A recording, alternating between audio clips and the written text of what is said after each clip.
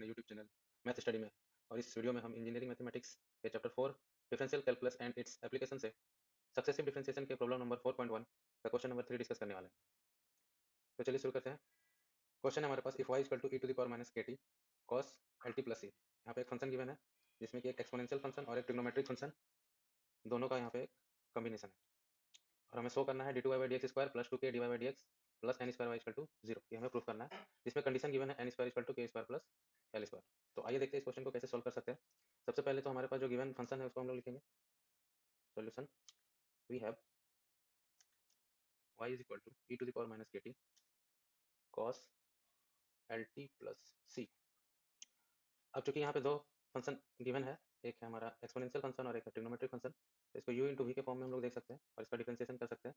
तो हम जानते हैं differentiation of D by D x of you भी यू इंटू वी के फॉर्म में अगर है तो एक को पहले कांस्टेंट मानेंगे, फिर दूसरे टर्म को डिफरेंशिएट करेंगे D V by D X plus दूसरे को फिर कांस्टेंट टर्म मानेंगे वी, फिर बचे हुए पार्ट को डिफरेंशिएट करेंगे। यही हमारा फॉर्मूला है। इसी फॉर्मूला के बेस्ड इसको हम लोग डिफरेंशिएट करने वाले हैं। तो सबसे पहला यहाँ पे जो क्वेश्चन में एक थोड़ा सा एरर है उसको करेक्ट करेंगे कि फंक्शन जो हमारा गिवन है, देखिएगा यहाँ पे एज ए वेरिएबल यहाँ पे टी का जिक्र हुआ है, हर जगह टी का जिक्र है, पर क्वेश्चन में हमें D two Y by D X square निकालना है। तो या तो क्वेश्चन में टी और एक्स का कोई रिलेशन दिया हुआ होना चाहिए था, या फिर हम लोग को यहाँ पे टी के जगह पे एक्स दिया हुआ होना चाहिए था।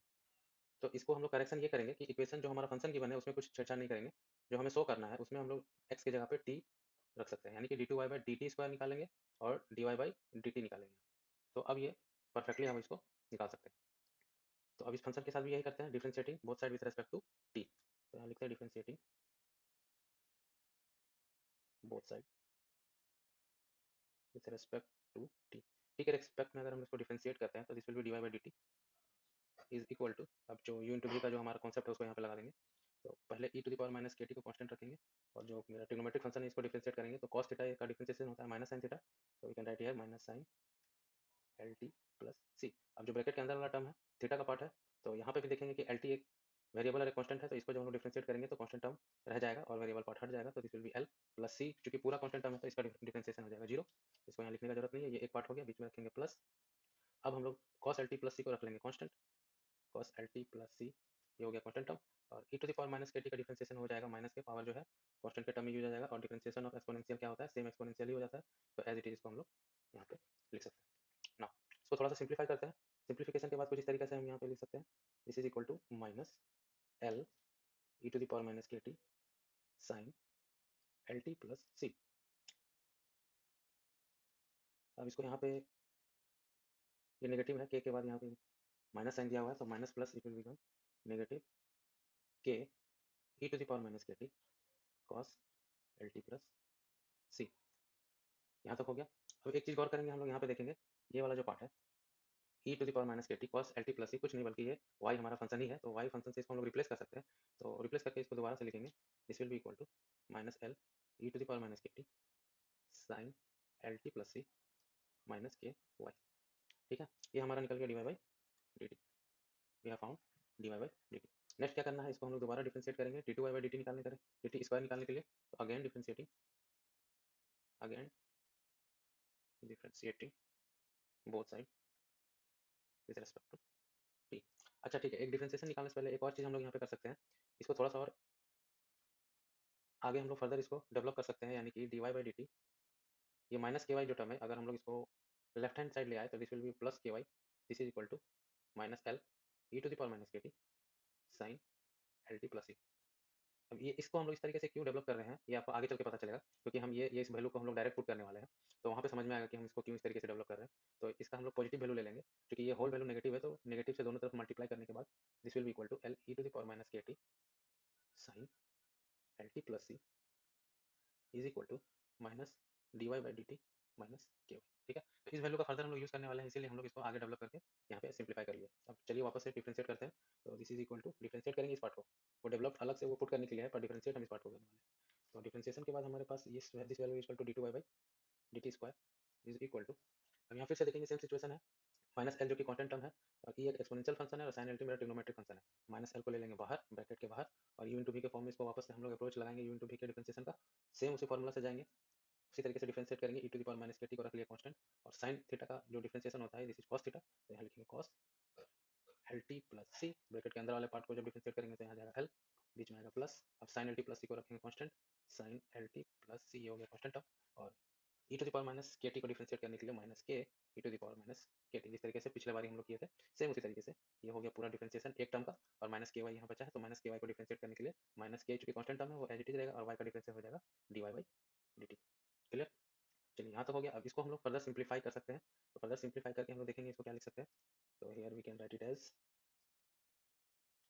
माइनस एल को अंदर ले जा रहे हैं तो this will become minus L, और एक एल पहले से है तो this will become L square E to the power minus K T cos L T plus C. अब माइनस एल को वापस से अब अंदर ले जा रहे हैं, और चूंकि माइनस पहले से यहाँ पे है तो minus minus will become plus, ये पॉजिटिव हो जाएगा तो एज इट इज प्लस ही रहेगा, और यहाँ हो जाएगा L K E to the power minus K T, L K E to the power minus K T sine L T plus C, sine L T plus C, ये हो गया simplification इसका, और minus K D Y by D T as it is रहेगा। हाँ अब देखिए यहाँ पे ये वाला जो टर्म है ये किसके बराबर है, ये फंक्शन y के बराबर है, तो इसको रिप्लेस कर देंगे फंक्शन y से। और एक चीज़ देखिए यहाँ पे l के को अगर हम इस तरीके से लिखते हैं के एल, तो अब यहाँ देखिए L E to the power minus K T sine L T plus C, इसको हम लोग क्या लिख सकते हैं, we can replace it as minus D Y by D T minus K Y. देखिए इसीलिए हम लोग इसको यहाँ से फर्दर डेवलप किए थे।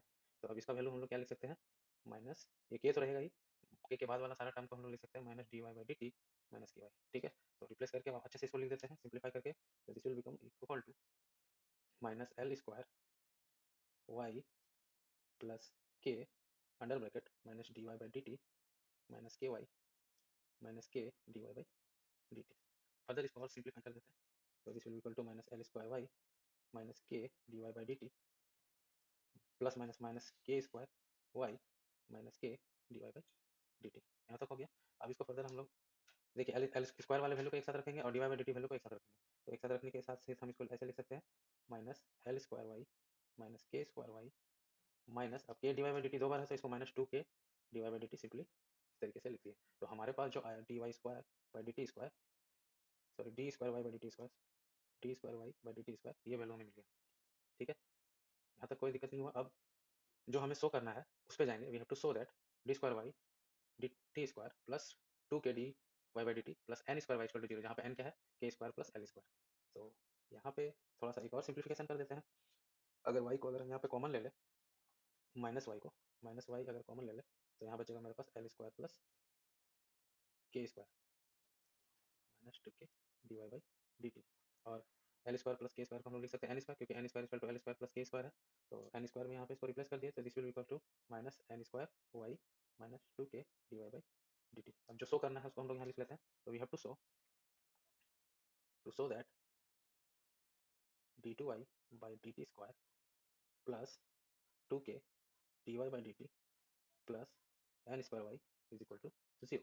ठीक है, और हमारे पास गिवन है D two Y by D T square का वैल्यू, ऑलरेडी हमें ये वैल्यू गिवन है। तो डी टू वाई स्क्वायर की जगह पर हम क्या लिख सकते हैं, ये वाला वैल्यू लिख सकते हैं। इसको जब लिखेंगे तो यहाँ पे हमको सिंपल सा दिख रहा है कि सारा वैल्यू कैंसिल आउट हो जाएगा, तो इसमें लिख के दिखा दे रहे हैं माइनस टू के D Y by D T plus two के D Y by D T plus N square Y by substituting the value of D two Y by D S square. यहाँ पे लिख देते हैं by substituting the value of D two Y by D T square in, इसको equation one मान के equation one, equation one में इसका वैल्यू सब्सटीट्यूट करके हम इतना लिख सकते हैं इक्वल टू जीरो। तो this will be cancel out, minus N square plus N square वैसे कैंसल आउट हो जाएगा, माइनस टू के D Y by D T plus two के D Y by D t से कैंसल आउट होता है, and zero is equal to zero, L H S बराबर R H S, left hand side is equal to R H S, right hand side proved. यानी कि हम ये show कर चुके हैं कि हमारे पास जो क्वेश्चन गिवन था इसका वैल्यू क्या होगा, जीरो हो गया। सिंपली सॉल्व हो गया, बहुत ईजी था। इसको एक बार रिपीट कर लेते हैं किस तरीके से हमने शुरुआत कैसे किया। जो इक्वेशन है हम उसको किस फॉर्म में मान लिए, यू इंटू वी के फॉर्म में मान लिए। एक एक्सपोनेंशियल फंक्शन था, एक ट्रिग्नोमेट्रिक फंक्शन था, उसको डिफरेंशिएट किया, डिफरेंशिएट करने के बाद जो वैल्यू आया उसको सिंप्लीफाई किया, सिंप्लीफाई करने के बाद डेवलप कर दिया D Y by D T और के वाई के फॉर्म में। फिर दोबारा से डिफरेंशिएट किया, डिफरेंशिएट करने से पहले जहाँ जहाँ भी हम लोग वाई से रिप्लेस कर सकते थे वैल्यू को उसको रिप्लेस कर दिए, डिफरेंस करने के बाद रिप्लेस कर दिया, रिप्लेस करके बाद जो भी वैल्यू आया उसको सिंप्लीफाई किया, सिंप्लीफाई करने के बाद जो हमें शो करना था उस इक्वेशन में हम D two Y by D T square का वैल्यू पुट कर दिया। पुट करने के बाद हमने देखा कि सारा वैल्यू कैंसल आउट होकर जीरो हो गया, एंड हमें यही प्रूव करना था कि टोटल वैल्यू का जो सिंप्लीफिकेशन है वो जीरो आना चाहिए। तो इससे हमें पता चल गया L H S equal to R S, और यहाँ पे ये क्वेश्चन हो गया सॉल्व। इस वीडियो में बस इतना ही, लास्ट तक बने रहने के लिए थैंक यू, धन्यवाद, सब